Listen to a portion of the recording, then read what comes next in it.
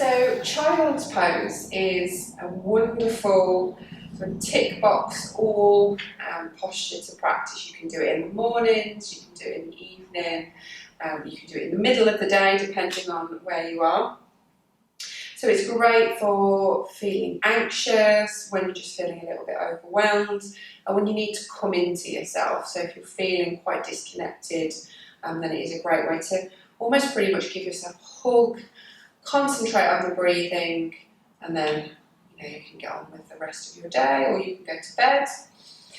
There's loads of different ways you can make child's pose work for you. So your standard child's pose, which most people will be familiar with, we've seen the pictures, is coming down, you're onto the knees, you're bringing the body all the way down to the floor, forehead comes down, and arms come back, shoulders are falling forward. And that's great, that can work for some people. It's a lovely way to connect with the floor. When your head is grounded on the mat as well, it can just feel like you're really present. But often it doesn't work for people, particularly if you've got tight hips, if you've got any sinus issues, any eye issues, etc. So there's a few ways we can play with it to make it more accessible. So if you do have particularly tight hips, going wide with the knees is fabulous. We're making more space for us. This is great to do with pregnancy as well. Or if you just feel very cramped up when the knees are together. So we're literally just taking the knees out wide, toes are together. And we're not worrying if maybe the bottom isn't on the heels. Quite often it'll be slightly lifted. Going to bring the arms down. Bring the body down as far as it will go. If you are lifted and you just want to let the head hang, that can feel really nice. If you can, come all the way down. Again, that's a lovely option. What you might find with this option is taking the arms back just doesn't feel right on the neck. So I tend to try and keep my arms extended in this posture. Just breathing into the back of the body. Spreading the fingers can be really nice. Just feel the floor beneath. You can stay here as long as you like.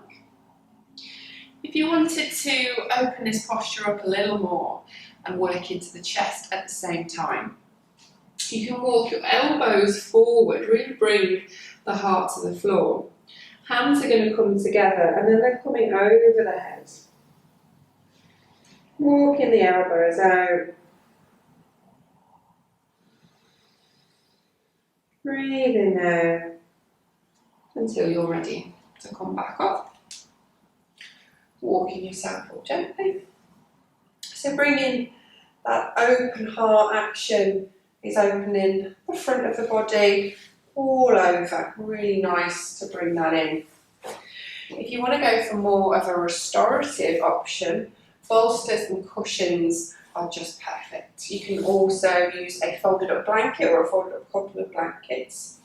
So you want sort of a nice long access point. You're going to let the body fully come down. So you want the tummy, the chest and the head supported. And turning the cheek over to one side. We're just pausing here.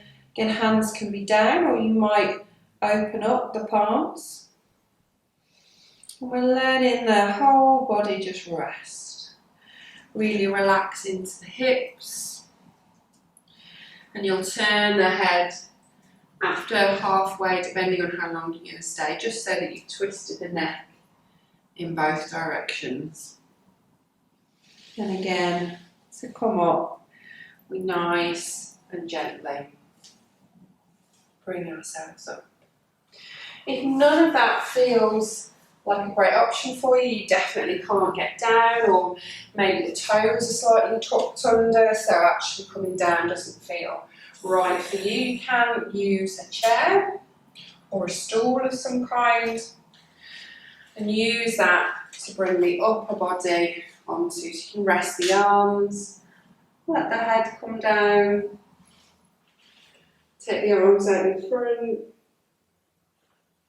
Again, a great option if you're pregnant or if you're having quite bad lower back issues, or you just fancy not being down to the ground. You want to be lifted. This is a nice version. Even just staring forward. Letting yourself relax for however long you need to.